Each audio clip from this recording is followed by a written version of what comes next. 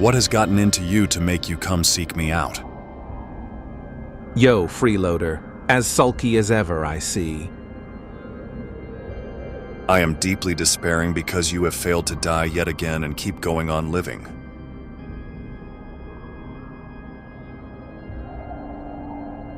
I should have left things well alone that day Kawaki killed you. With reincarnation no longer possible, and with me unable to take over your mind either, there is only one thing my poor homeless soul desires now. To be freed of this curse via your death and become nothing. I'm here to ask you something. Could you consider lending me a hand? Don't make me laugh, be gone. Just hear me out. I do plan to compensate you. If we're able to take down Jura, I'll give you my body.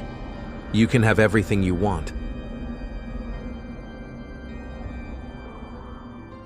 This animation was created based on the Boruto manga, and as you saw, the main character asked Momoshiki for help, and this means that in the new chapters, we will be able to see new information about who exactly the Shinju clones are. I've already said many times that the Otsutsuki know much more about the evolution of the Ten Tails than Boruto or Kashin Koji, but what will Momoshiki be able to do? I think you also lean toward the idea that, in the battle against Naruto and Sasuke, Momo didn't show his true strength. This was done in order to leave room for the character to be revealed in the future. I think, in the opinion of many, Momo isn't considered a serious enough enemy. However, the fact that Boruto will be able to use karma without fearing the Otsutsuki will strengthen the main character even more than he is now. After all, Jura's favorite attack, the tailed beast ball, will be easily absorbed by karma. But is that all? Not quite. If the Otsutsuki allow the protagonist to use his full power, this means Boruto will be able to create chakra weapons. On top of that, Momo could use metallic rods, the same as Kawaki's, and in theory, they should be able to restrain a tailed beast. Also, we shouldn't forget that Momo has access to the power of the Rinnegan. It has appeared on him both on his forehead as a third eye and on both of his hands. In addition to all this, the Byakugan can also evolve, which means that the Jogan will finally appear in the manga. We also shouldn't forget that Momo's eyes have changed color, turning golden. Most likely, that's not just a visual effect. They should have some kind of unique power. There's also the wood element manipulation that Momoshiki demonstrated in the battle against the Hokage, the creation of a huge stone golem, as well as the enhancement of all the existing techniques Boruto uses. And that's not even counting the information that Momo could reveal about evolution. And then there's something that still hasn't been explained, the stopping of time. Momoshiki has already used this ability several times. First, when he passed karma to Boruto, then when he resurrected him. But there were also several other manifestations of this power, although it's still not fully clear what it is. Was it in the subconscious, a thought process so fast that the world around seemed to freeze? Or is it Momo's real power, the ability to stop time? In any case, for now, this ability can't be taken as something definitive. But when we think about what Boruto will gain, we shouldn't forget that Momo may agree to help only under certain conditions. I think he understands that the main character will not allow him to fully take control of his body. That's why Momo will play by his own rules, and that means either looking for a new vessel, which could be code, or attempting to break Boruto's consciousness in order to take over his body without any conditions at all. The Otsutsuki understand that despite their agreement, there is Kawaki, who will want to end Boruto's life before he gives his body over to Momoshiki. This means that Momo has no choice, and even in the chapter, it's clear that he's desperate. However, now that there is a chance to come up with a plan, we will finally be able to see the reveal of the Parasite clan and learn more about how karma works, because in essence, Boruto really could give his body to Momo, but for himself create a clone with the help of Amado or Orochimaru and transfer his consciousness into it, thus becoming an Otsutsuki without Momoshiki's soul inside him. After all, thanks to the scientist, it's now possible to resurrect any character who has ever died. All you need to do is find their genes, and the Otsutsuki can already pass karma, which can be enhanced and filled with a huge variety of abilities, and if the author wishes, he could bring back into the story any character from the Naruto anime and make them far stronger than they ever were before. But what interests me most is Momoshiki himself and what abilities he actually has, because in reality, even Urashiki had more interesting powers than Momo. That's why I'll be waiting for the new chapters, since for now it's very difficult to say anything due to the lack of information. So, I'm counting on your support in the form of a like and a subscription. In the comments, I'll leave a link to a video where I combined all of my hand-drawn animations based on the Boruto 2 Blue Vortex manga. That's what will be shown in the second season of the Boruto anime, so enjoy watching. Good luck to everyone.